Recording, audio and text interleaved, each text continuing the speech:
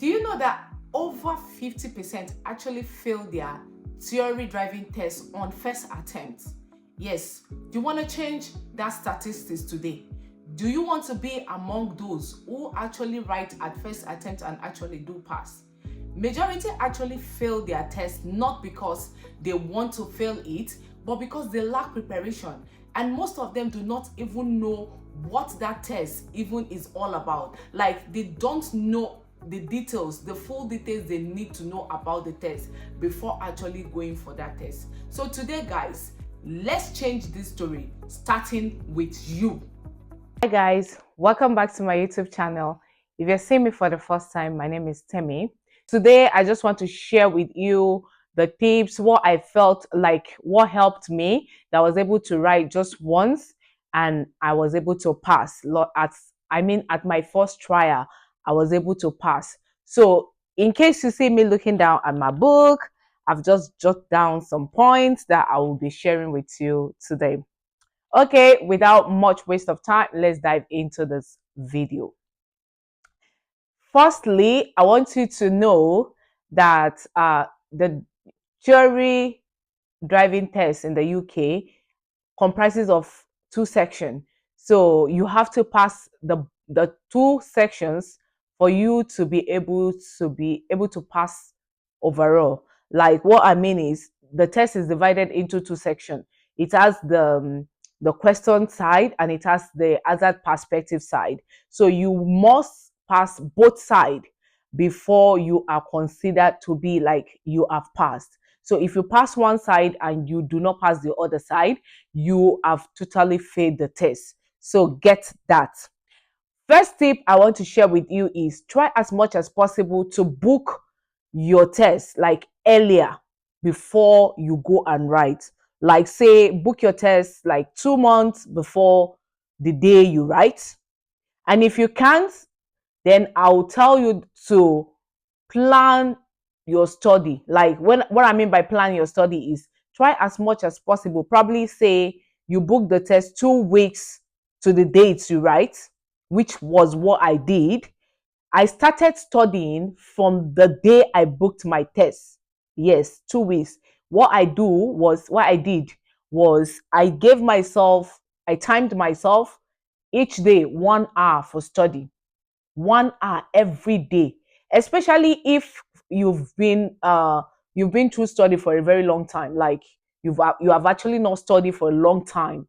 I bet you this is a serious examination you don't want to fail. So what you need to do is time yourself, give yourself time that you need to study at least 1 hour a day. That's 2 weeks before your test date. Now, when your test date is fast approaching, that's if you have like probably say 1 week to your test date or some few days to your test date, you will want to intensify this study time. Like, you want to study more than what you have actually been doing. You want to increase your study time to like say 2 hours per day instead of the 1 hour you were doing before. That is my tip number one. And that leads us to tip number two, which is the use of study tools. Now, I'm going to share with you, I know there are a lot of study tools out there. Some people will say use books. Some people will say use some apps. There are a lot of apps on the App Store that will actually help you. But what I did, because I didn't want to divide my mind, like I don't want to dive into this and dive into that. What I did was I used the official tool, that's their official app, the official DVSA app. That was what I used. I read that app, like I read everything in that app. I chew it like raw. And honestly, it helped me because it's like what they do is they recycle their questions. So a lot of questions actually came out that were just like a kind of repetition of what I've studied before. The only thing I knew they did was they tried like change the way it was structured. So if you had studied very well, if you study very well, you won't find it difficult to actually answer this question. So because it won't sound strange to you to be like something you've seen regularly during your practice. So it will be easier for you to decode like, oh, this is what they mean. You see? So that was the second thing I did. I think it's about £4.99 for you to be able to get that app. But honestly, it's worth it. Like when I mean it's worth it, it's worth it. Both the hazard perspective side, everything about that app, I studied it very, very well, and it actually helped me.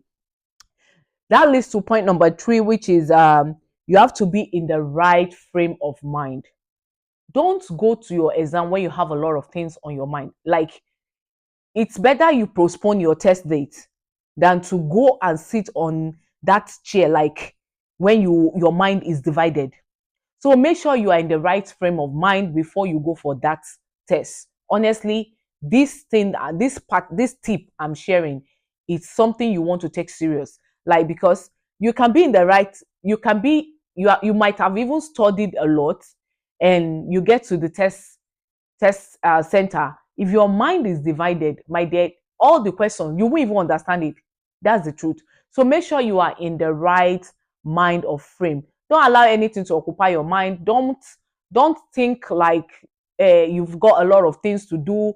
Put those things aside. When you are done with that test, then you can bring them back to your mind. Okay. All right. So another thing I want to share with you is, please, please, please take your time. Like, on that date, take your time. Don't rush, because those questions are actually, like, they are funny. I don't know how to put it. Will I say they are funny, or they are corny questions? Like, you might see two options that actually look like they look same, and if you're not careful, you might choose the wrong one. So you want to be very, very, very careful. Do not rush. Just take your time, okay? And I don't want this video to be very long, so I'm actually going to go through them. So another thing I want you to know is, do not spend too long on a particular question, because it's actually timed. You have 57 minutes to actually finish these questions, and in the question and answer side, I think that's like about 50 questions to answer. Then you go to the other perspective, where you have about, I think, five videos to watch and be able to detect the hazard. So you don't want to waste time on a particular question. The thing is, if you have time, that was what I did. There are some questions that were so confusing that I just left them. I finished everything. I had time and I went back to them.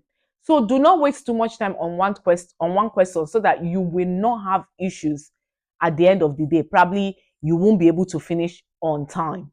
You don't want time to catch up with you, okay? Another thing I want you to take notice, please have faith in yourself. Yes, have faith in yourself. I remember that day when I was going for that test, I told my husband, I'm coming back with my certificates. That was what I told my husband. So I already had that positive mindset that I'm not going there to fail the test. I've not done it before. I've never seen. I didn't even see, like, you who are watching my video now. Honestly, I didn't even have time to watch people's video then. I didn't. All I just did was, I got the app. And how did I even come about the app? I think when I booked for my license, I was sent a copy of the app pamphlet or so. That was how I got to know that they have an app. I never knew that there was app. Nobody told me anything, no video. So please have a positive mind. I had a positive mind. I went there with an open mind, and I came back with my certificate. So please, you want to do that. Another thing I want you to know is, please, please, please, when you are doing the hazard perspective side, please be careful. Do not rush. Like, don't rush to tick to like click on the hazard when it's not time, because there's a particular space, like there's a particular part that's already timed for you to click. So you don't want to click too fast, and you don't want to click too slow. So this is how they mark that part. If you click two parts, you would have missed it. So for you, you would like, I clicked the hazard, but you didn't click at the right time. So that's the thing. It's not as if you didn't click the hazard, but the timing is what really matters.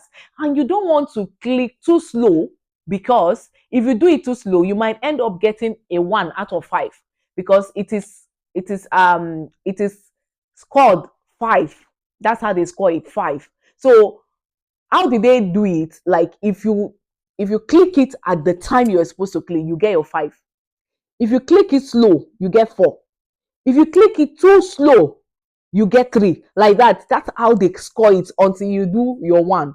And if you over slow, like the time passes, then you don't get any score at all. So many people will be like, I saw the hazard, I clicked on the hazard, but what happened? You did not time yourself. So you don't want to be too fast. You see where I say that app actually really helped me, because I studied very, very well. Like, you would think that exam, if I fail it, they will send me back to my country. Like, the way I took it so serious. I took it more than like when I was even writing my exam in school. Because honestly, I just didn't want to fail. I didn't want to fail. So I took it so serious. So you want to do the same. And I believe that someone out there, if you're watching me right now and you want to write this test and pass it once, please follow all these tips, because they are going to actually help you. And guys, do not forget to click on the subscribe button, share this video to anyone you feel that actually wants it. It might not be you, probably you have someone around you who wants to sit for this examination. Please share to them, let them benefit from this. Thank you for watching. I'll see you in my next video. Bye.